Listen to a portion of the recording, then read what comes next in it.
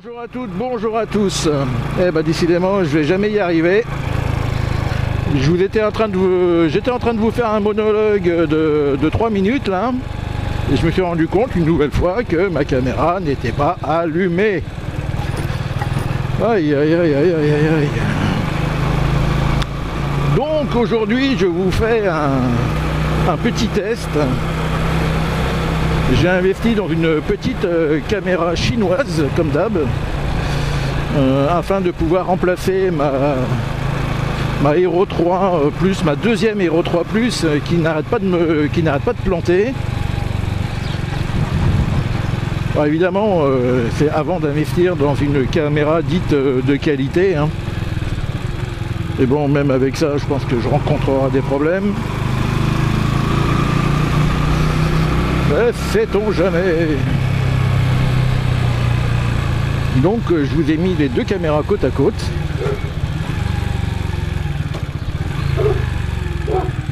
afin de vous faire un comparo.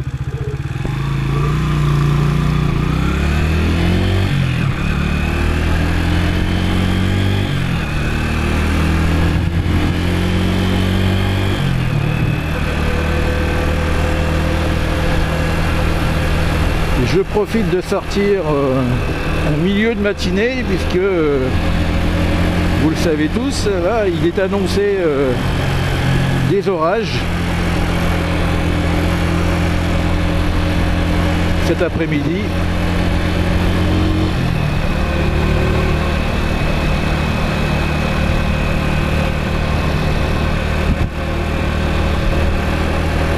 Je croirais pas, hein, le ciel est bleu, il y a un peu de nuages. Mais bon, dès que le vent va commencer à se lever, je pense que c'est là que les nuages vont arriver.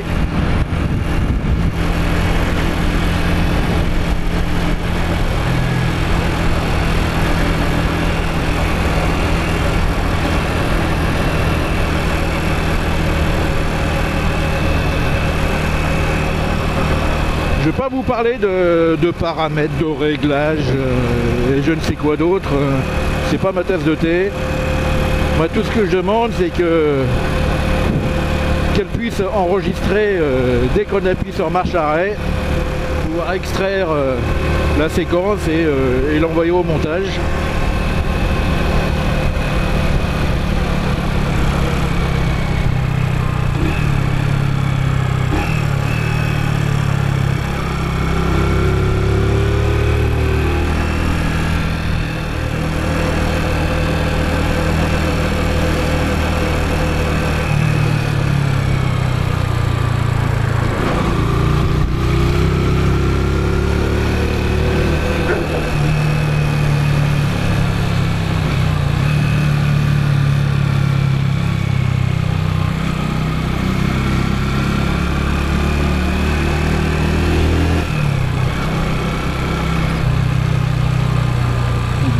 Allons aller par ici.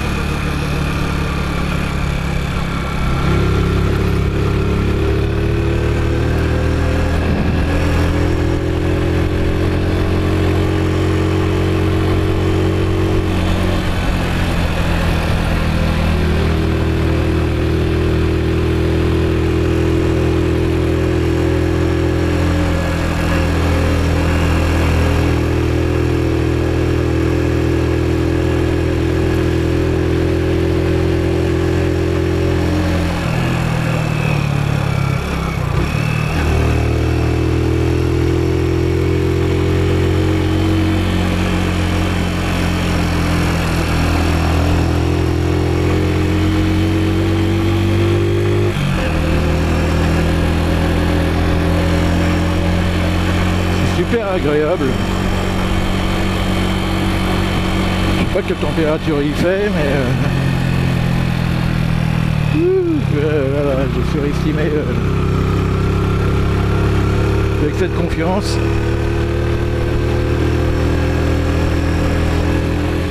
Je vais tenter de vous proposer la même balade que j'ai fait hier, sans l'enregistrer évidemment.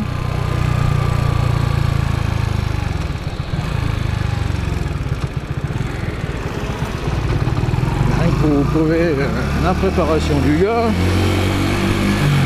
j'avais quand même mes deux caméras positionnées de la même façon. Donc la nouvelle, donc j'avais pas pensé à charger parce qu'elle a une batterie interne, et de ma caméra principale, j'avais oublié de mettre une carte mémoire. Donc forcément ça pouvait pas le faire. Je m'étais précipité. Et ben voilà.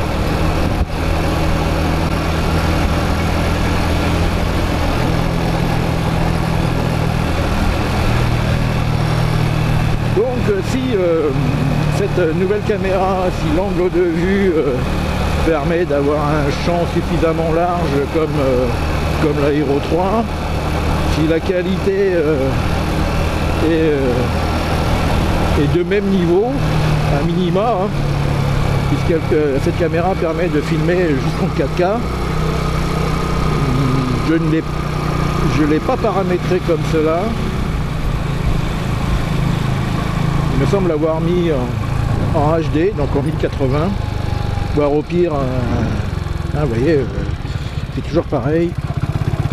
Je ne sais pas. Je vous parle de trucs que je ne maîtrise pas.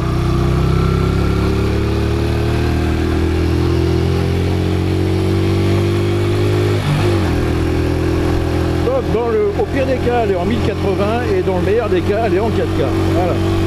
Voire même entre les deux. Ça vous aide? Pas sûr. Hein.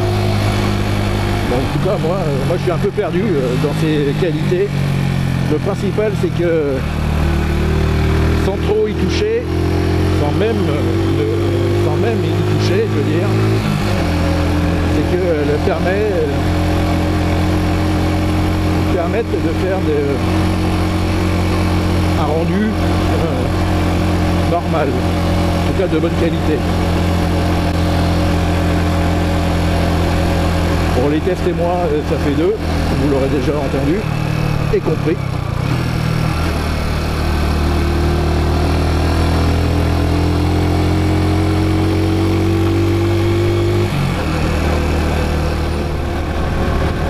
Le week-end dernier, je suis parti rejoindre ma fille en Indre-et-Loire, qui venait d'emménager. Ça m'a permis, je suis resté le week-end, ça m'a permis de visiter le château de Loches et le château d'Amboise. J'ai pas eu le temps de voir celui de Chenonceau et ni même celui de Chinon. Bah, celui de Chinon, je suis juste passé, mais sans la visite.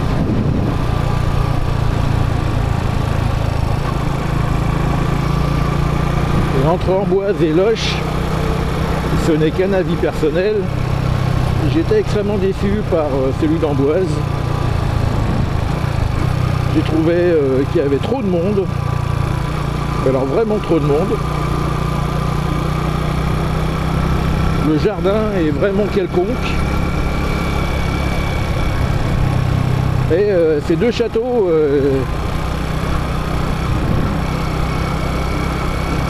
n'appartiennent pas à la même époque. Ceci expliquant cela, puisque le château de Loches est un château fort.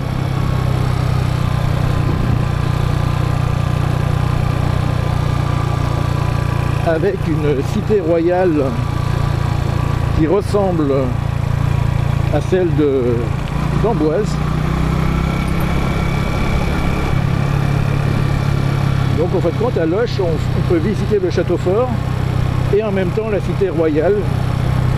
Visite payante évidemment, 11,50 € je crois, qui permet de visiter le fort et la cité royale.